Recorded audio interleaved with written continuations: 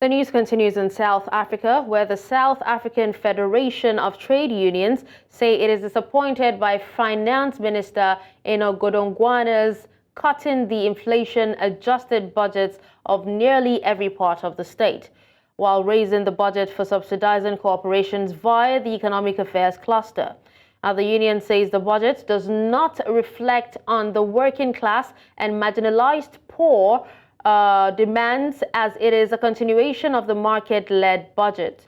Meanwhile, South Africa's economy is facing a tipping point, with growth estimates from analysts and researchers pointing downwards. Continual rolling blackouts are showing little sign of stopping, while port and rail inefficiencies and a high sovereign credit risk remain threats to economic growth in the country. Now, to discuss this further, I'm joined by spokesperson, South African Federation of Trade Unions, Trevor Shaku. Hello, Trevor. Thank you so much for joining me on the news. Good evening, and thanks for having us. All right, can we have your reactions to the budget statement put forward by the Finance Minister? And we also would want your opinion. What were the key shortcomings or areas of neglect in the budget as it pertains to workers' interests? Sure. The South African Federation of Trade Unions is not happy with the budget speech and the budget review as tabled yesterday by the Finance Minister.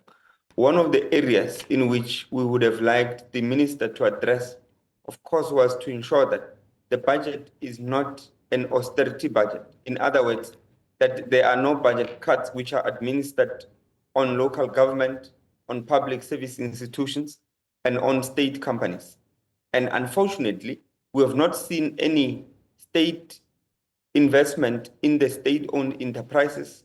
They have not announced anything. And in fact, the neoliberal economists were hailing and celebrating that fact, saying that the state companies are not going to get any money from the state. The second area is the issue of public services. In the public services, which is where education, healthcare, correctional service, policing, traffic, and social development are administered, is also receiving lesser allocations for the 2024-2025 financial year.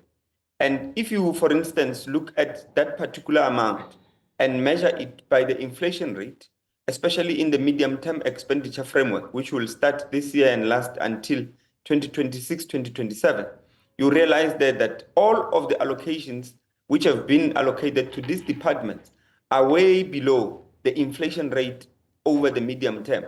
And in that, it means that there's going to be real decline of resources that are allocated to the departments. Now, what is the impact of these real declines? The impact of these real declines is the fact that the public institutions are not going to be able to deliver public services of quality because of lack of funds.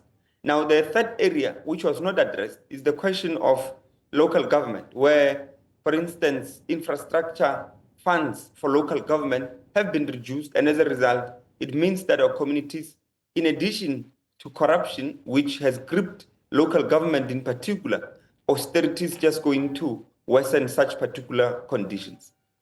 All right, Trevor, but do you believe that the budget adequately addresses the needs and concerns of the workers that you represent?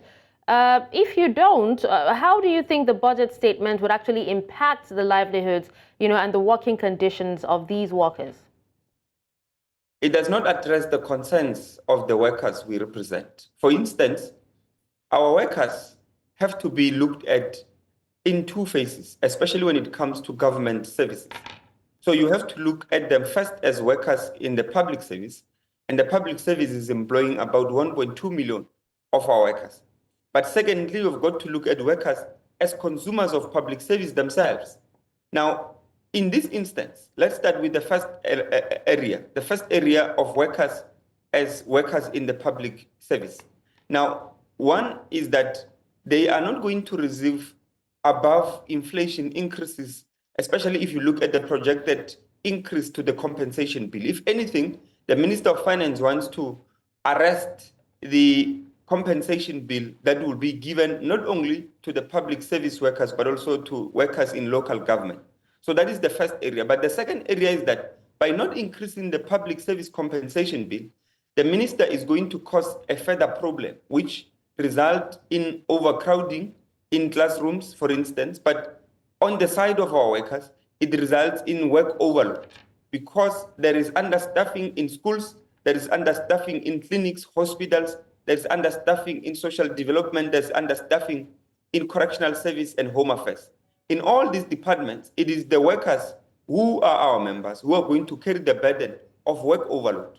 Now, looking at the second element of workers as the consumers of public services, it means therefore that because there is defunding of public service in terms of infrastructure, in terms of equipment, in terms of goods, and in terms of staffing, therefore, it will compromise the public services which are given to our people. In other words, we are going to continue to see the poor services given to our people in healthcare, where people who are not supposed to be dying are dying because of neglect. And this neglect would have been caused because there are not enough staff to man the people who are in that particular hospital. Okay. We have also seen this consequence on the side of our children because the children in the public schools are our children.